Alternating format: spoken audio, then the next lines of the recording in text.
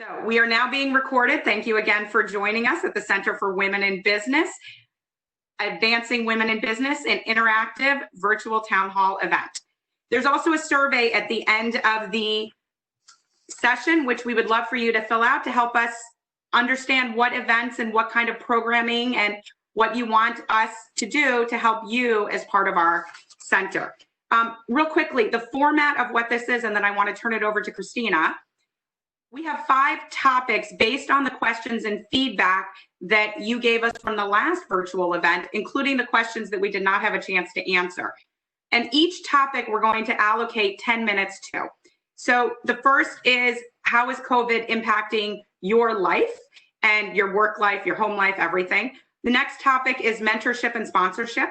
Next topic is male allies, followed by diversity and inclusion, followed by return to work, and hopefully we'll have some time for other additional questions. Again, want you all to use the chat feature because hopefully these questions come from you and we'll have the opportunity to answer them as well. And with that, I want to turn it over to Christina Durante, our Research Director for the Center of Women Business and an Associate Professor of Marketing here at Rutgers Business School. Christina? Great. Thank you so much, Lisa. Hi, everybody. Thank you so much for joining us here today on a beautiful Friday. We really appreciate it. We have some great topics, as Lisa mentioned, to get to. But first, some quick introductions. I guess Lisa kind of already introduced me. I am the Research Director for the Center for Women in Business. I'm also a professor at Rutgers Business School. But we have an excellent panel here today to answer your questions. They are all experts in their respective fields, and they bring a very broad range of backgrounds and experiences to the table. So I'm going to introduce them, and I'm going to start with Frida Abuyan. She is the founder and president of Clairwood Consulting. We also have Adam Feigenbaum, who is the former chief customer officer at iSIMS. And we have Candace C., who is the managing director and U.S. head of marketing strategy at Goldman Sachs. And Veronica Velasquez. She is the senior global inclusion and diversity manager at Expedia Group. Thank you, panelists, for giving us a little bit of your time today. We're very honored to have you here. And as Lisa mentioned, the first topic we want to get to is this pandemic and the challenging and unprecedented times that we find ourselves in. It's changing the way we're interacting within our careers, within our families, with our social network that we don't have access to like we used to. So things have changed drastically. We're here today virtually, whereas we wish we could be together in person. And our sincere hope is that we will be in the coming months at some point all together in person. But the first thing I wanted to do is sort of talk to our panel about how they're doing, how their day-to-day has changed, and how you're adjusting. Veronica, how are things going for you? Sure. Thank you, everyone, for having me. I sit right outside of New York City in Jersey City, and I've been on lockdown, I think, for over 2 months now.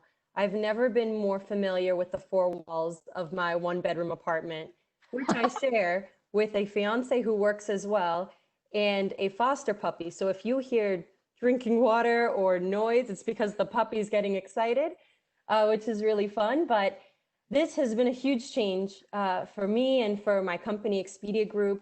We are in the tech industry, so we were already very virtual. We have colleagues around the world, and we've been using video calls even before this.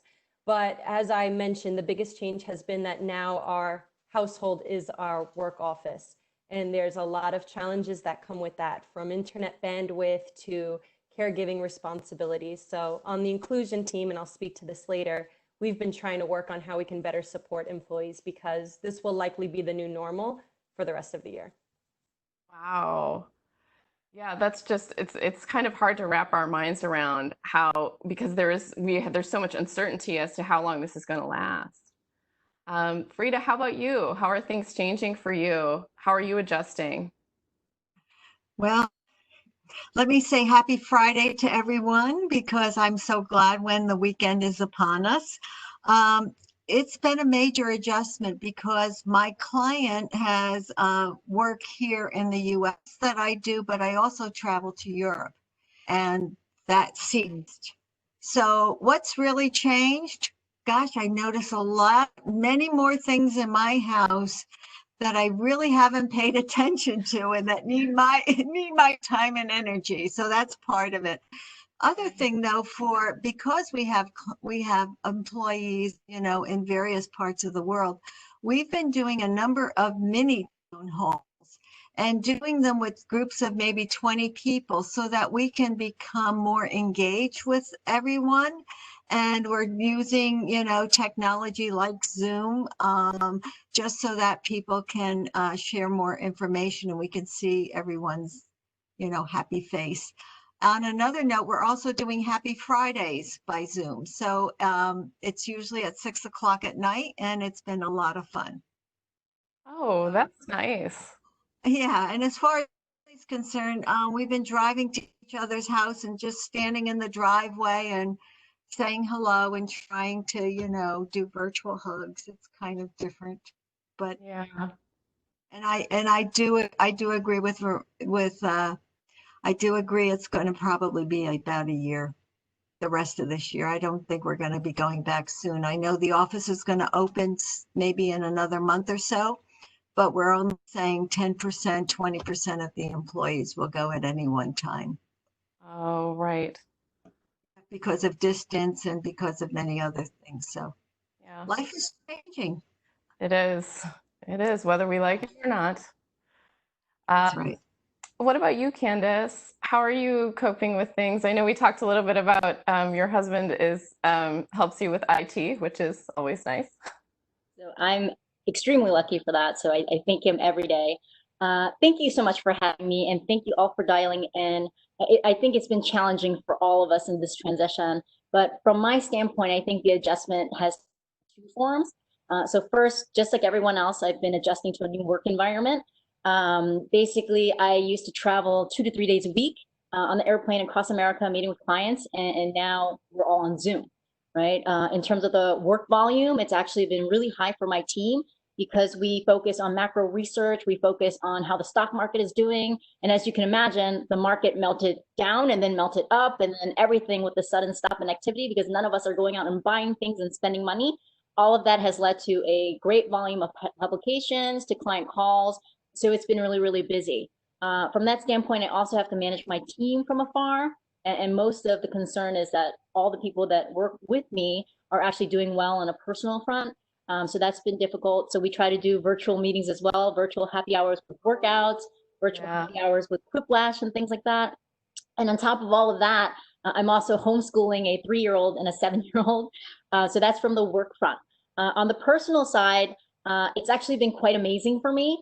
As a working mom, I must say that this experience has been truly rewarding because from the work front, it feels like I'm excelling in my job, my career, and really helping my clients. But at the same time, if my daughters ask me questions about school, I can actually help them. We eat every meal together. We go for family walks. Pre-COVID-19, none of this would have been possible. So we've been adjusting quite well.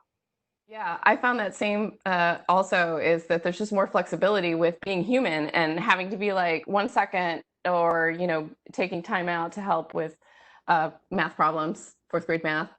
So I found that to be true also. Adam, what about you? I'm sure we all have many universals, but how are things going? Yeah, things have been going great. Fortunately for myself and my family, we're all healthy, and that's the most important thing. For me, prior to COVID, I was already beginning to plan a transition from my organization. I had been with iSIMS for 18 years, and I was beginning to think about kind of a new phase of my career. So I was working through that transition as COVID came down and lockdown came into place. I found that I was in a very different space. My time away from iSIMS has now looked a lot different. My wife has continued to work. She's used to working from home, so it's been a little bit more like business as usual for her. But we have 2 toddlers, almost 2 and almost 4. So I've gone from completely what we would call kind of in the center a paid work environment to realizing how much non-paid work actually goes on in the house. And for me, working all those years from 9 to 5, 9 to 6, whatever it might be, I'd come home and there was a whole world of things that got done that I really had no appreciation of and really no awareness of but now I'm getting it in full force. So I'm seeing it in full, but candidly, I'm loving it. Like many of the other speakers have mentioned, I'm getting to have time with my family and see my children in ways and understand them and learn them in ways I would have never otherwise had the opportunity to do it for. So definitely not the way I drew it up when I was thinking about things at the end of last year coming into this year, but definitely not an experience I would want to change. Right, right. Very good. So one of the things that the audience members are bringing up is that it's important in these times to check in with colleagues, and instead of getting right down to business, to kind of just see how are you doing? How is everybody doing? And I remember when I came back to class for the first time and taught online, I really wanted to, we spent like, you know, a good part of the class just sort of checking in and seeing like, how are you doing? Are you healthy? Like, what are your challenges? And, you know, the humanity of this all now is, and as we had mentioned, is really something that I think is a benefit from this time we find ourselves in. Okay, so in the interest of time, we're going to switch away from the pandemic and kind of get down to sort of the why we're all here. One of the first topic that we're going to get to within some of the issues that were raised at our last summit, one was surrounding mentorship. How do you find one? How do you know if you have one? Is this something that's implicit, or do we talk to potential mentors about them fulfilling that role for us? So I'm going to turn to you first here, Candace, for mentorship. What has been your experience with mentorships, and do you have any advice on how to find a good one? I think that's a really important question. From the standpoint of my career, it's been integral. But I would also say that I probably wouldn't be where I am today, of course, through hard work, but without the support of mentors, but also sponsors. So I think both are equally important. I know a lot of people use the two terms interchangeably. So why don't I just take a moment just to define what I think the differences are, because I think there are differences. So for example, if you think about a mentor is more so someone I think of as giving you advice or giving you guidance. It's someone who can help you navigate your organization or your current situation. And I think what a mentor can really help you do is to help you focus on your strengths, recognize your weaknesses, but also help you with what your career goals could look like moving forward. So that's more so of a mentor. In terms of a sponsor, when I think about a sponsor, it always seems to be someone who's more senior than you, someone who is perhaps in a management role in the particular company that you're working with. And these are the people who are openly advocating for you when you're not in the room. They're the ones who have the ability to recommend you for different stretch assignments that you probably didn't even know existed. So they're the ones that are helping you connect to other important people much like them. And they have a vested interest in helping you succeed and advocating for promotion. So I feel that the mix of having good mentors and sponsors can definitely help you throughout your career. So it's very important to have both. Now, to your question about how to find them, I think for sponsors, I think it's a little different. I feel that sponsorship is more earned, meaning that senior people seem to pick you, as opposed to you going to a senior person saying, can you be my sponsor? I think that's a little more awkward because they need to put their neck on the line to vouch for you. So if they don't know you well, I think that's a lot harder. So I feel that senior people tend to base their views on the track record that you have at work, your reputation, and their personal experience working with you. So I feel that they pick you rather than the other way around. Now, mentors, you can take a more active role in finding the right mentor for you. There's informal ways and formal ways of getting a mentor. Now, starting out in your career, you're probably not going to know a lot of people, especially in your industry or in your firm. So I would go through more formal channels, meaning if there's an affinity network that you want to join, if your HR department has a mentorship program, sign up for all of those. But even for you, for those of you who are still in school, you can sign up for mentors as part of Women Build, for example, right? So find all different ways where you can be set up with a formal mentor if you're having a tough time finding informal mentors. Now, the other avenue I mentioned is informal mentoring. I found that to be very helpful in my career because it's a little more organic, right? But it takes time. It really takes time for you to actually get to know people in your day-to-day, work on projects, finish projects, And that in itself brings together a camaraderie, right? And a natural sense of, I want to help you, she wants to help me. And that's how natural informal relationships happen. Now, I think, they both work really well. So I would find mentors in both ways. But in either case, I would say, know your role in the mentorship relationship. As a mentee, I think it's your responsibility to drive the relationship. Mentors are typically probably more senior than you, so you want to make sure that you're the one putting time on their calendars on a recurring basis. I'd probably start off, let's say, every quarter, right, just to touch base. And your first few meetings, especially if it's a formal mentorship, is probably going to be revolving around who you are, what you like to do, what your job is, right? It's really getting to know you better. And then thereafter, you can dive down deeper into issues you might be having or challenges that you're facing. But nonetheless, I would say, if you plan meetings every week, every month, be cognizant of people's time, because people are taking time out of their calendar to help you. So if you're just putting on meetings just to put on meetings and you don't come forth with an agenda and you really don't have much to say, I think at some point your mentors will realize that you're really wasting their time and they won't be as invested. So make sure that as a mentee, you fulfill your responsibilities to keep driving this relationship. So from that standpoint, how do you be a better mentor if you do mentor? And if you don't mentor, I would say go ahead and be one, because even if you're a student, you can mentor younger students or students who haven't started at Rutgers yet. So take on the role of being a mentor. It's amazing, because what I found is that I tend to learn a lot from my mentees, right? I learn a lot because they tell me a lot about their personal and professional situation. I try to advise and guide them. And along the way, I learn a lot about the millennial generation and Gen Z. So when I manage my team, I feel that I'm a better manager because of my mentees. So the relationship goes all different ways. And then in terms of thinking about mentorship, it happens at all levels, right? I have mentors who were my closest analyst friends growing up at the firm. And now we've all moved on with our careers, and some of them are partners at the firm. So you've built that structure, just based on your day-to-day experience. So there's many different ways, even at different levels, to start generating and growing that mentorship relationship, which I think is really, really powerful.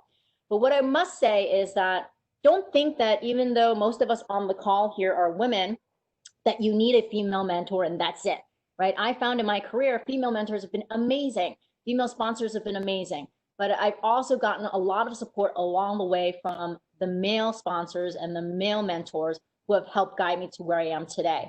In fact, I wouldn't be in the role I am today if my old boss, who was a man, basically tapped me on the shoulder to take on this role. I probably wouldn't have raised my hand for it, right? But he saw something in me and thought that I could do it, and now I head the group.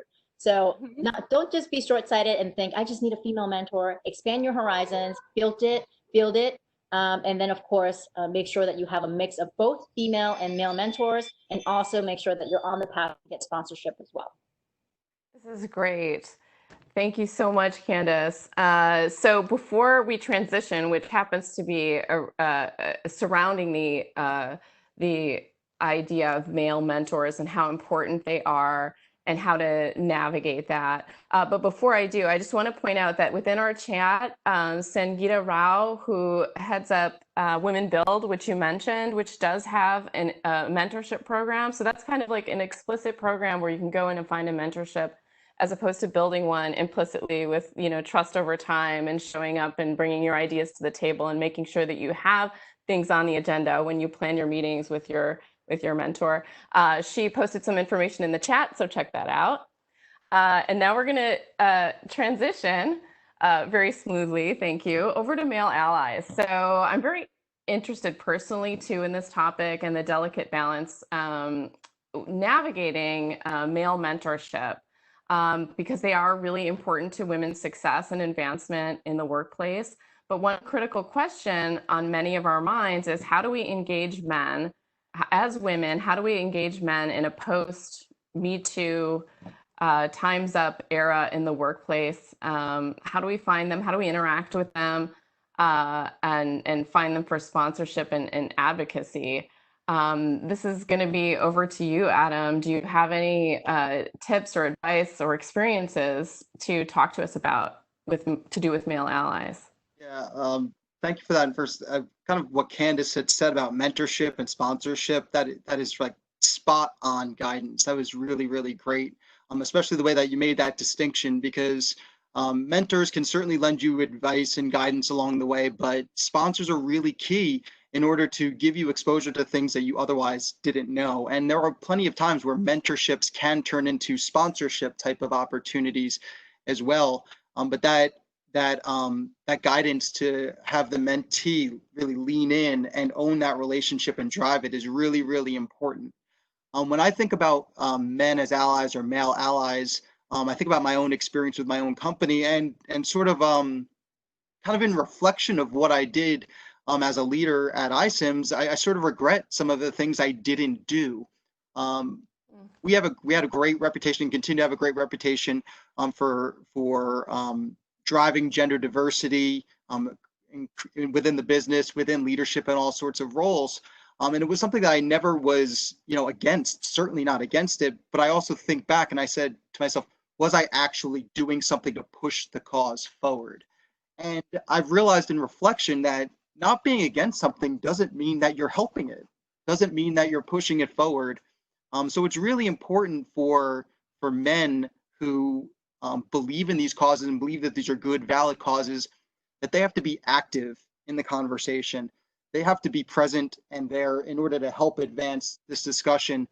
So it does become much more balanced than what we're currently seeing today. Things do get a little bit more complicated in a kind of a Me Too, or I don't even want to say a post Me Too world. I mean, we're now living in this kind of reality, if you will, and it's a proper reality for sure. For me, I just feel like maybe one of the best ways in order to gauge male allies is simply by asking. For myself, just kind of using my own personal experiences on this, if I were invited to something, I would normally accept those invitations and go and experience and learn and do some different things. But outside looking in, when there were even like women in tech sort of projects within my company, or you hear about these different women type movements, my first reaction wouldn't be that it's for me. My first reaction is that it's for women, and maybe I wouldn't be welcome in that particular environment. And that's certainly not the case at all. It was simply me, having a certain impression or reflection or whatever that might be. But if you're looking to engage a male ally, simply asking them to participate, even in something like this, having them come in, be able to learn and get exposure to a topic, is a great way to do it. Not all mentorships have to be, over lunch, over a meeting in the office, over a Zoom, even over a drink or a dinner. It doesn't have to be that.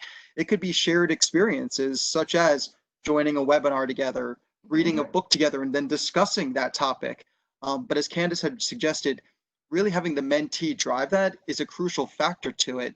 Because quite honestly, when somebody is asked to, a leader being asked to engage in that kind of conversation, it's also flattering. It feels good. It feels like as a leader, you're doing the right thing and somebody wants to learn from you. And like what Candace mentioned, I feel like I end up learning from quite a bit from the people that I've worked with in that sort of capacity, not just learning from them, but also remembering different experiences that I had long forgotten. But when a certain circumstance arises and I begin to discuss, I'm like, oh, wait a minute, I did have that happen before. I did see that before, and I'm able to at least lend a perspective. And again, a perspective is what it is. There's no right answers or usually not wrong answers to it. There's a lot of just, possibilities and options, and you try to do the best you can do with that information as you get it. But being on the front foot and engaging men as allies to join that conversation is a critical first step, and one that I believe that most that are interested in that topic would gladly accept. That's great. So I also want to, one of our audience members was redirecting back to the link that was posted by Women Build, because I think the mentorships there are also not just, women having other women mentors, but women having mentors that are male allies as well. So I like that you talked about, what men can do, Adam, as well as, how women can identify mentors. What if you are a man and you're not in a leadership role? I know you mentioned like being aware, I guess, of that some of these, women in tech are not just for women, but to really show up as an ally. and attend some of these, training and webinars that have to deal with this topic, even if you're not, in the C-suite or in a leadership role as well. Yeah, so you don't need to be in a leadership role in order to be a leader. That's just a general philosophy that I have on it. And in order to push this sort of, I don't necessarily want to call it a cause, but to push this interest forward, we need participation from everybody at all levels. We talked a little bit about sponsorship, but advancing this sort of topic and this sort of mindset comes in all of the kind of inter-office conversations as well, not just the ones that involve hiring decisions and promotion decisions. Right.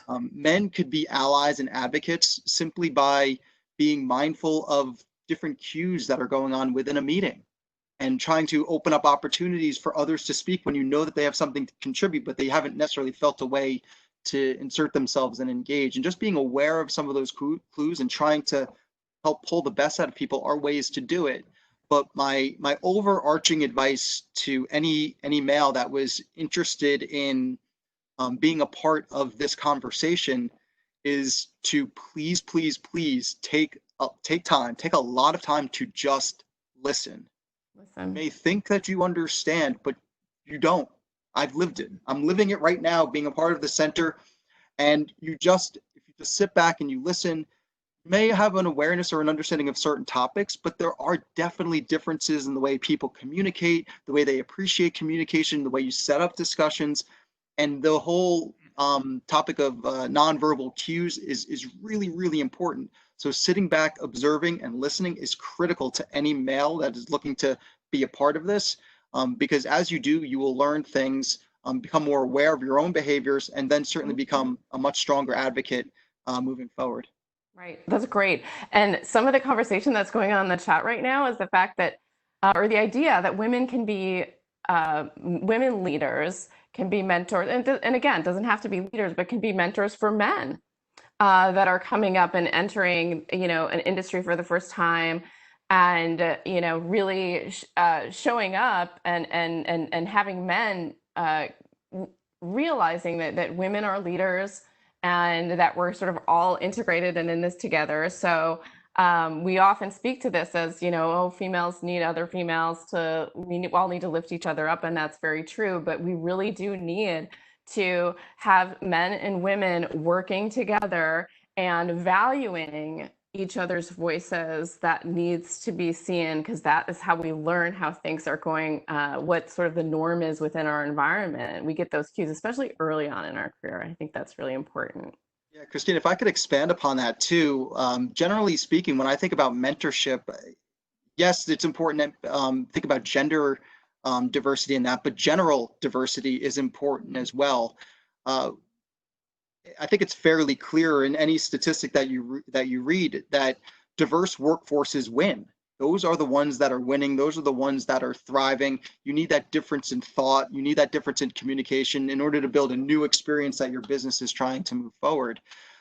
So whether it's gender-based, race-based, maybe in some cases even religion-based, I think all of these things are important to create a more well-rounded version of yourself.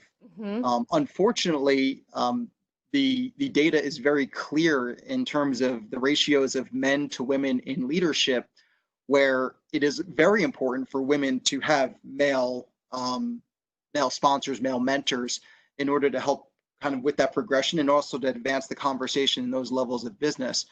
But that doesn't at all take away from the importance of having a diversity, whether you're a male or female, whether you're this ethnicity or that ethnicity. Diversity does mean quite a bit when you're thinking about these sorts of relationships. Yeah, absolutely. And so I'm really glad you brought up diversity, because that's a topic we're going to be transitioning over to, and how everybody's voice being heard at the table is really kind of how we can, it pushes innovation forward, it helps the bottom line. And so I want to spend some time talking about that a little bit more.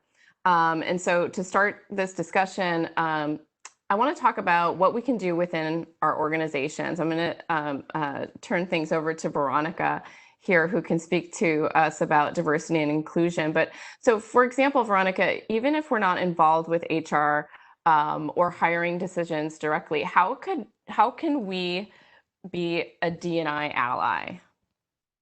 Love this question, and thank you to everything Adam said. I love the practical tips around allyship, and that goes beyond gender and binary gender. It's all about listening to identities that don't reflect your own. And so I'd love to break down diversity and inclusion and then give some tips as well for how we could think about being inclusive during this time of virtual teams. Diversity is usually focused more on HR and recruitment because diversity is hiring in the talent that reflects different identities. So it's counting heads. But inclusion is what will keep them there. Inclusion is building an environment that's very welcoming to people of different identities.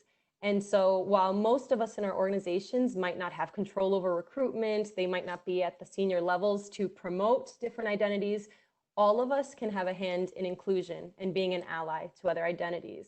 And there are very small things that we do in this work that anyone can take back with them. So with this new virtual world and video conferencing, one tip that we're stressing to teams is while you can encourage turning on videos, make it an open space that if someone doesn't want to turn on their video and they just want to use audio, that's okay. They might be balancing caregiving responsibilities. They may not want to show you what their household looks like. So just being mindful of when you're speaking on a video call, there may be people on audio only. So if you're looking for visual clues like raise your hand if you have a question, that might not be as inclusive to someone who's on audio or to someone who has a disability, someone who might have a visual disability and cannot see what's going on the video chat. We also recommend, just as before, sending agendas and topics in advance of meetings so that people can have time to think through their contributing and being mindful that video calls still favor the extrovert because you have to raise your hand, speak over others. So letting the feedback come in after the meeting. So even in this meeting, if you have questions that you think of afterwards, write back to the team so that we could still address them if you weren't comfortable in this moment. And finally, one last one is I have to talk about different identities, especially during COVID-19.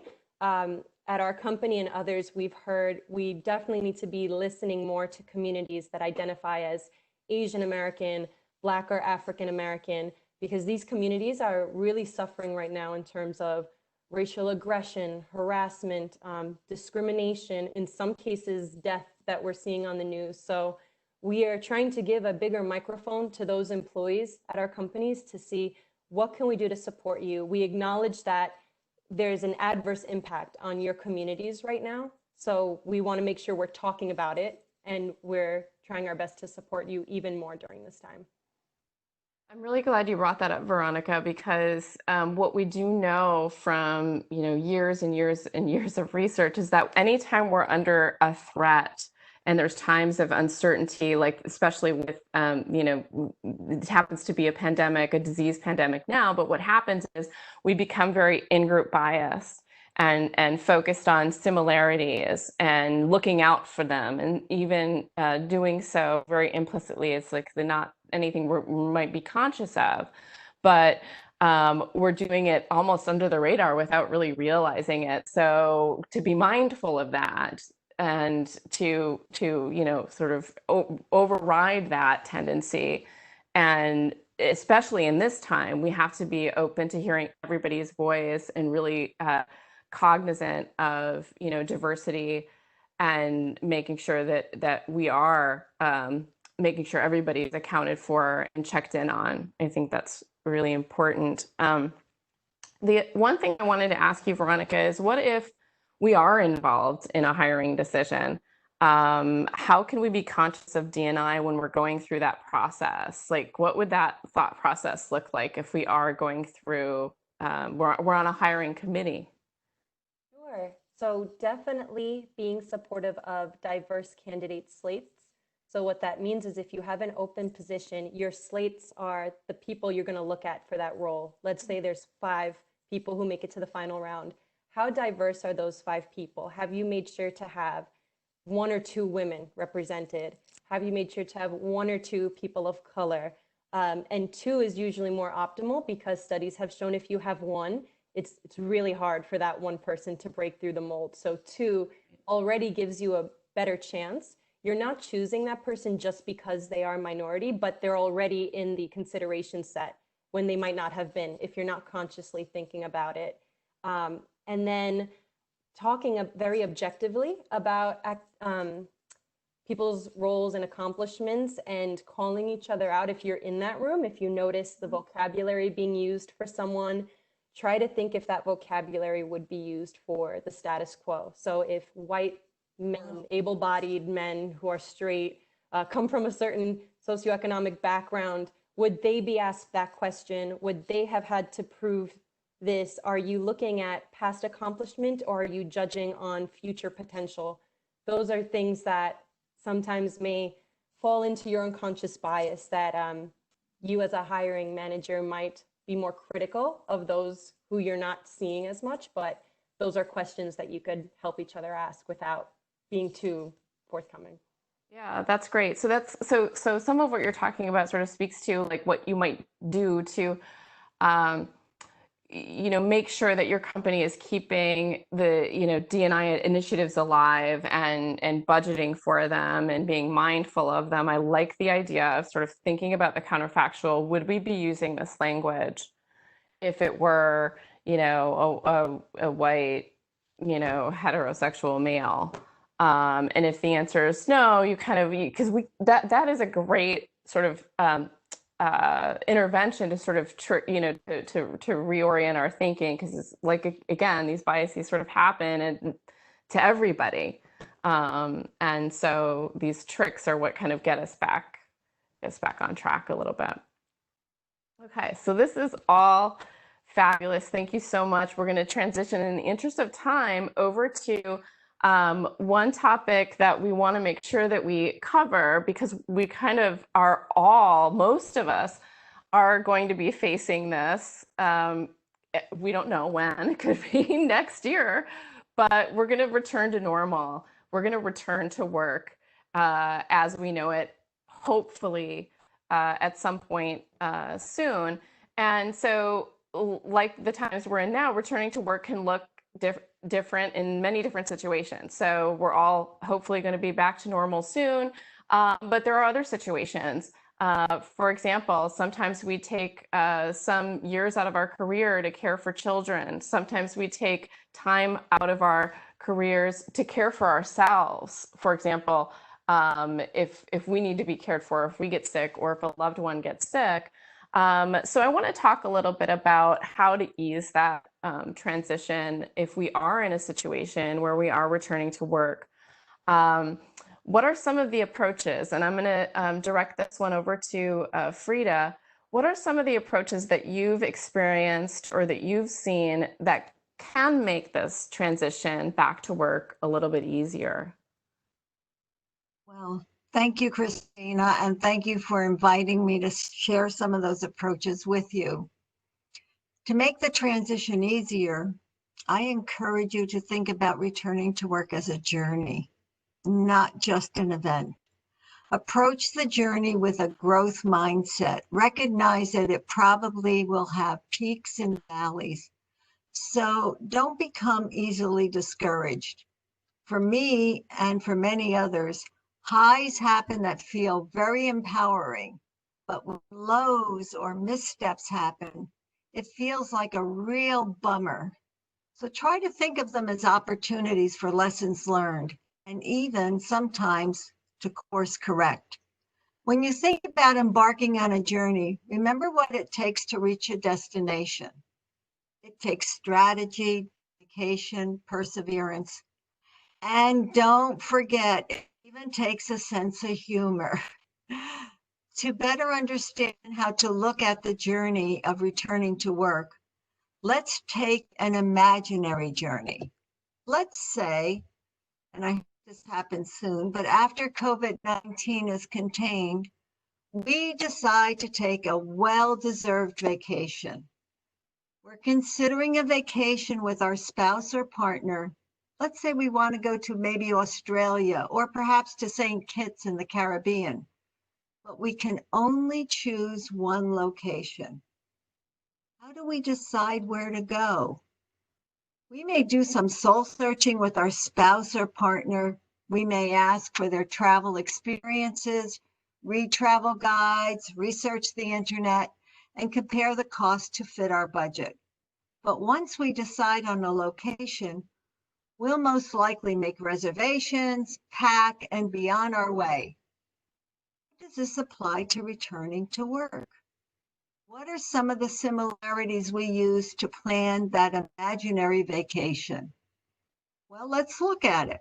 We decided on a location, we did necessary research, we made decisions, and we took necessary next steps. Let me share with you my to work journey. It started after being out of the workforce for about 8 years while being a stay-at-home mom of 3. I did a lot of soul searching and decided on a goal that would be a career change from me working in retail to becoming a CPA. And how did I make that decision? Well, I was looking for a fulfilling, broad-based career that would provide enough financial support for my family and build upon the skills that I felt I had. My journey also included input and support from my family, and I also sought guidance from others in my network. I realized in order to reach my goal, I needed to further my education, which felt daunting, to be honest, and it felt unrealistic given the need and the cost for childcare and tuition. This was a real low point for me and a very challenging time, even though I did find a way to make it work. I took a leap of faith, and in my early 30s, enrolled in Rutgers Professional Accounting MBA program. My educational journey really tested my self-confidence, and it enabled me to grow stronger, especially when my internship progressed into a full-time job. I returned back into the workforce as an entry-level associate with peers and managers much younger.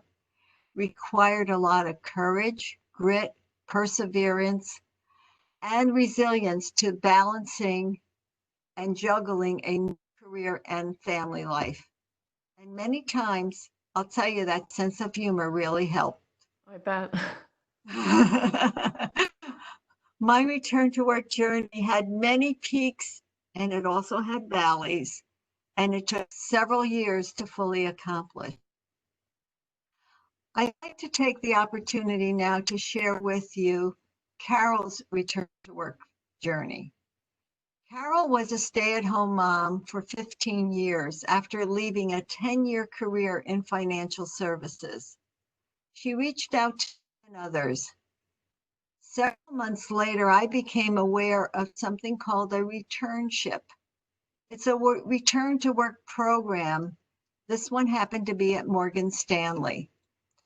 Her journey, Carol's journey, entailed getting up the courage to apply and interview. I mean, think about it. How, you have to put a resume together, an interview, and you've been at home for so many years. It's not easy. Do a lot of companies have returnships, Frida? I've never heard this word. A number of them do. In fact, there is a website called iRelaunch, and there's a lot of guidance, resources, and opportunities there. I heard there's about 100 companies that have returnships. Now, let's be realistic. Some of these returnships can be very competitive, and so this is where the peaks and the valleys come in. But it's definitely one way to get back into the workforce. Do companies list these returnships? How do we find them? Well, that's a good question. I haven't used them, but others who have, they've used that website called iRelaunch. I found it through, frankly, a networking group that I belong to, and we have lunch meetings every once in a while. And I was just saying, you know, I have a friend Vicky, and she's trying to return to work, and I have another friend Carol, and she's trying to return to work. And so we just started talking, and then someone in the group said, well, you know, my company has this program, and it happens to be a returnship program. And after Carol was there for, after she did her returnship, she received a job offer. And she's been in the company now 5 years, given additional opportunities to grow. So as you can see, returning to work is a journey. It's Yeah. not just an event. I think that's fabulous. I think that the returnship idea is great. Candace, you were saying that you also at Goldman, you have a program that's similar to that, that you use to you acquire talent through this returnship program also? Yes, so the program is called our returnship program, and it allows for anyone who's been out of the workforce for more than 2 years, whether you're female or male. Of course, for the most part, many women who have stayed at home or just taken themselves out of the workforce had applied. And it's just like a regular internship program, which is so wonderful. So I've had the great fortune of mentoring women through these programs and just watching them grow, right? Watching them regain the confidence that they once had. And then after the internship, just like any other internship, you have the ability to come back full time, which I think is wonderful. And even if you don't return full time, now you have something on your resume that has brought you up to date from just, you know, oh, I was staying at home for all these years. Now you have something on your resume that says, for the last few weeks, I've been working at Goldman Sachs, and I've learned all these things and contributed to this business. And now you have the expertise and the know-how to get you back into the game of finding a full-time position. Yeah, that's great. I had something similar that happened to me also. I was a publicist for many years, and then I decided that I wanted to become an academic. And I ended up, so Frida, what you were saying about like the daunting nature of having to go back to school after being away for so long, I did experience that. So I started very like baby steps, like I took undergraduate classes over again as a 27-year-old. And then ended up in my 30s in a PhD program, and I was non-traditional, but I also found that then I had some experience to offer and almost became mentors to some of the younger, actually traditional PhD students there. So even though there are challenges, there are upsides.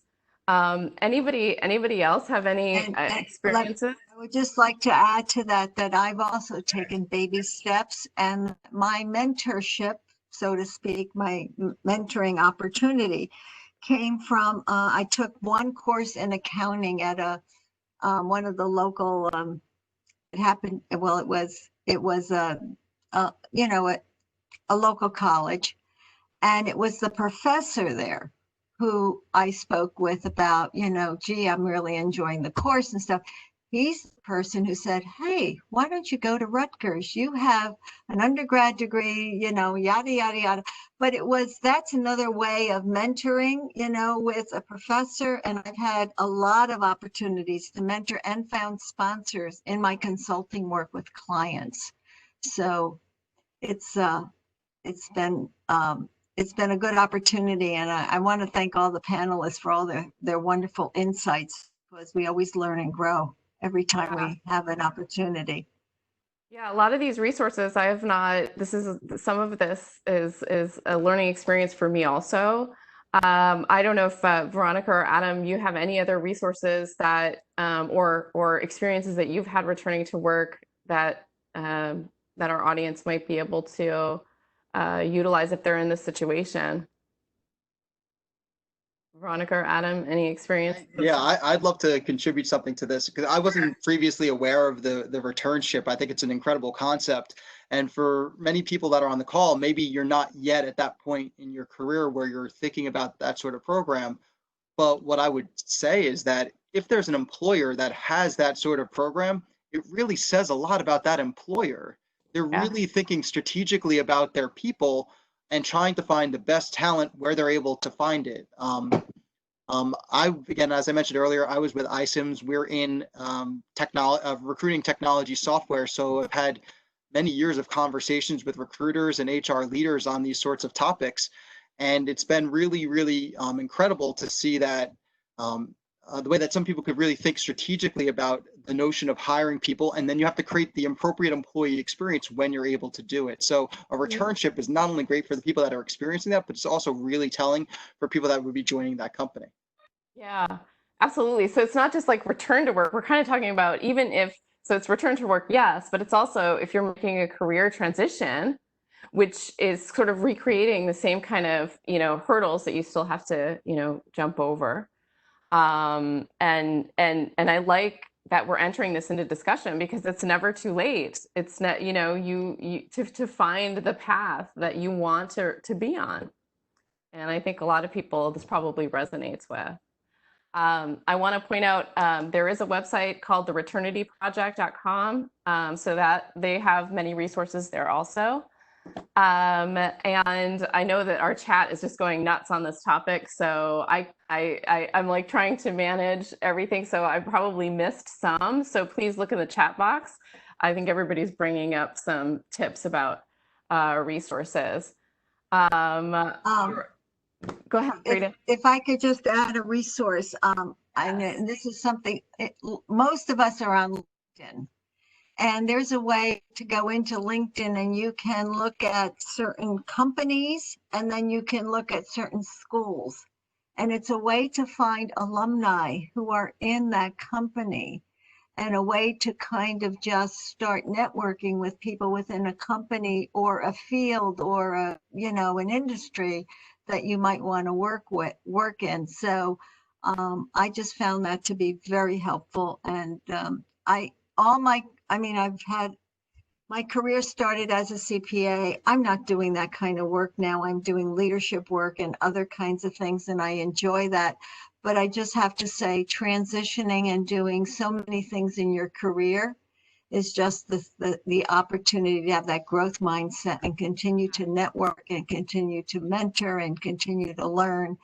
And it's just been, so I recommend LinkedIn and my gosh, alumni is just can be terrific resources. Yeah, absolutely. These are all great ideas. And again, with the, transitioning your career, thinking about what you really want to do, we all, we try to have a growth mindset, but a lot of times, we think am I really going to be good enough? I'm going to be, going head to head with people who have been, studying this for years or, have so much more experience than I do. And one of the missions of the Center for Women in Business is just to really build a platform for the idea that we all have imposter syndrome. It is something that is hardwired into everybody's brains because we want to make sure we do a good job and, that we are doing socially desirable things. And so we have that, everybody has it. And so you really kind of need to, for myself, I write down in my journal, Christina, you're an expert. I still have to do that. All of my accolades aside, they don't mean anything. I still have that sense that, that lack of confidence. So, and that could be something that we address for a future event. I know that we're, rapidly getting out of time here. So I want to just close up again, direct everybody to the chat. There's been so many great tips that have been coming in.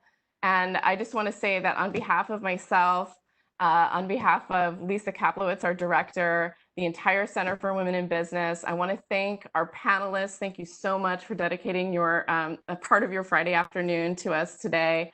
And thank you to you guys, our audience. We're so happy that you joined us for this hour. We hope that you found this town hall to be of value, and we really welcome your feedback on future events. Please let us know your thoughts. We definitely want to hear them, and we hope to see you back here next month, and eventually maybe we'll all get to be together, which would be really great. But it is wonderful to see your faces, and I hope everybody has a great weekend. If you think of anything later on that you want to ask, please do send us email questions. We'd be happy to take them. So thank you, panelists. Thank you for having us. Thank you for dialing in. Thank you. Thank you. Thank you. And everyone have a good weekend. Yes. Enjoy the beautiful weekend. Happy Memorial Day.